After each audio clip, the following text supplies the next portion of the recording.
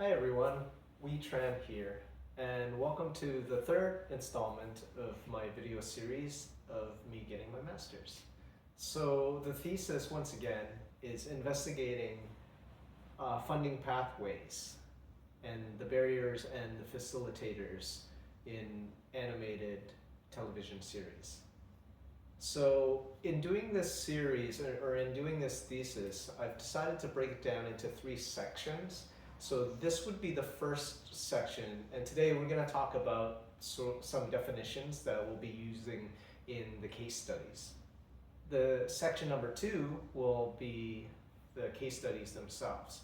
I was lucky enough to sit with Dylan Edwards and Mark Hartland over at Copernicus, and our discussion on Lana Longbeard was very vibrant, and I can't wait to share with you that discussion. I was also lucky enough to sit with Dave Peck, the creator of Lila in the Loop, and my old boss, the showrunner, on a show that I was lucky enough to direct, again, Lila in the Loop. And the last case study, we'll be sitting with Fabienne Erlinghauser, as well as Jerry Sharon over at Cartoon Saloon, and they're going to share with us their journey on Silly Sundays, which is an Irish production for Cartoon Saloon. So utilizing those three case studies, we're going to talk about what we'll talk about today in section one, which are definitions of sort of the funding pathways that we'll be utilizing in our case studies. In the last section, section three, we're going to wrap up everything and summarize the various differences, the advantages and disadvantages, or in our case, the barriers and facilitators that each funding pathway has sort of offered, and the barriers that the creators have faced, or the executives have faced in their journey. So today, once again, just to summarize the things that we'll talk about, for section one, we'll talk about the co-production treaty, we'll talk about grants, tax breaks, and tax credits. So first off, let's start with the co-production treaty. I mentioned this a little bit earlier on the first chat, but essentially a co-production treaty is an agreement between multiple countries, whether 2 or 4, and the standardization and the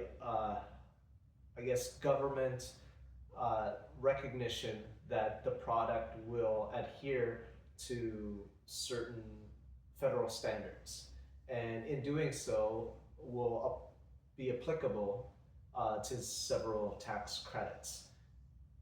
So in the case of Lana Longbeard, for example, it was a co-production with France, Canada and France, where Canada handled about 25% of the work, and France handled 75% of the work. Regardless of which, it is still viewed in Canada, because of the co-production treaty, as a 100% Canadian product. And in France, similarly, even though it wasn't done completely in France, it's considered, through the co-production treaty, 100% French production. Now, this is a huge bilateral agreement for both countries, because each country benefits from the fact that it can be recognized as a national product. So many countries participate in this. Ironically, strangely enough, the US is not officially part of the co-production treaty, but they do participate in many ways in co-productions. So the next thing I wanted to talk about is grants. Now, in Canada, the majority of the money that is granted for television, audio-visual arts is through the Canadian Media Fund. Now, the Canadian Media Fund spends about $357 million a year through various organizations and grants. For example, the Shaw Rocket Fund is a part of the CMF money, and that gets sort of offered to the public. You would apply for these grants, And if you're lucky, you can get something like a development grant, and then later on, if you're even more lucky, you can get like a production grant. So there's a lot of money in the Canadian Media Fund to be given out to various productions. And in the US, they have something uh, through the through the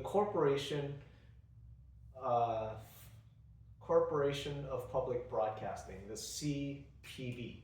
And in the CPB, the federal government grants them $530 million annually, US a year.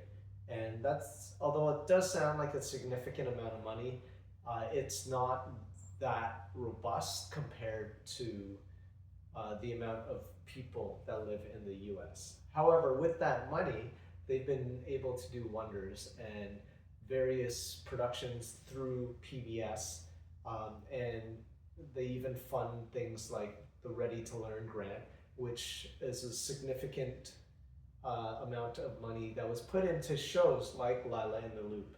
So without those types of grants, some of these shows would not be possible. So grants are great, and it's money that you don't have to pay back. Now, the majority of the funding, actually, the help through the pathway of fundings, goes through tax credits. Now, tax credits are fantastic. They are probably one of the most important aspects of the pathway to funding a production. So in Canada, we have the CPTC, which is the federal arm of the tax credits, and they offer 25% toward the labor expenditures of a production, up to 60% of the production itself. And on top of that, we have provincial tax credits. So in Ontario, for example, we have the Ontario Film and Television Tax Credit, which works out to be 35% of labor expenditures that you would get tax credits for. Now, on top of the 35%, and this is stackable, you can stack the federal tax credit of that 25%.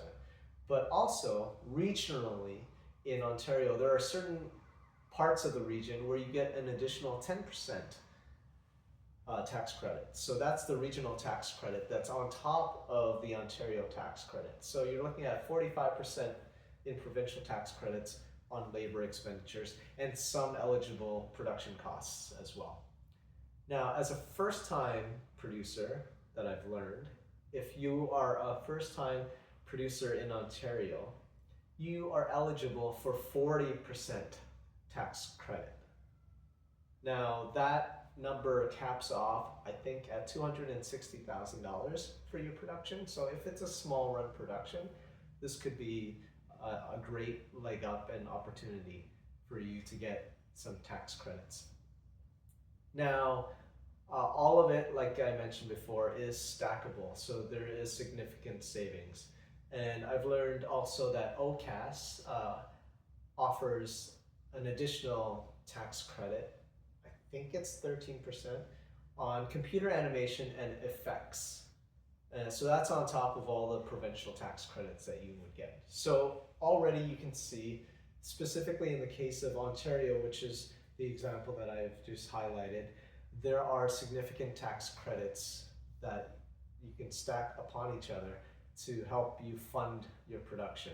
Now, there will be discussions, I believe in section 3, we have a lot of input from all the executives on how to make things a little bit better. Obviously, things are pretty good with the tax credits, but there is room for improvement in how the legislation can change. That's a mouthful. And we'll dive into that a little bit more. For now, the last thing I wanted to bring up was tax breaks. Now, there isn't much in terms of our case studies that take advantage of tax breaks, but I do want to mention something unique in the US, and it's something called fiscal sponsorship, which I've learned through sort of funding modules that live outside tax credits. So these tax grants are actually treated like tax shelters. So if you were a filmmaker and you wanted money from a donator, the donator can utilize a not-for-profit organization such as Film Independent, and there are others as well. And by donating money through them, they get 100% tax write-off on their donations. So it's a way for corporations to earn some tax shelter or tax um, breaks on a certain amount of money. And that certain amount of money can go a long way to a filmmaker. So the filmmaker who would apply for these uh, essentially grants through a not-for-profit organization like Film Independent, and they'll get a certain amount of money through that. Obviously, you have to have a projected budget for your production, and you'll have to go through certain processes that the not-for-profits will walk you through. With that, they also take a nominal charge of 5 to 10% depending on what not-for-profit organization you're dealing with. So it was just a fascinating look into an alternative route. And obviously you have other things like crowdfunding that you can look into as well. But for our cases, our 3 cases that we'll look into in section 2, we'll concentrate mostly on co-production treaty, on grants, and tax credits. So those are the big 3. I guess we'll just dive right into the case studies on the next videos. So for now, it's see you later, and thank you again for watching.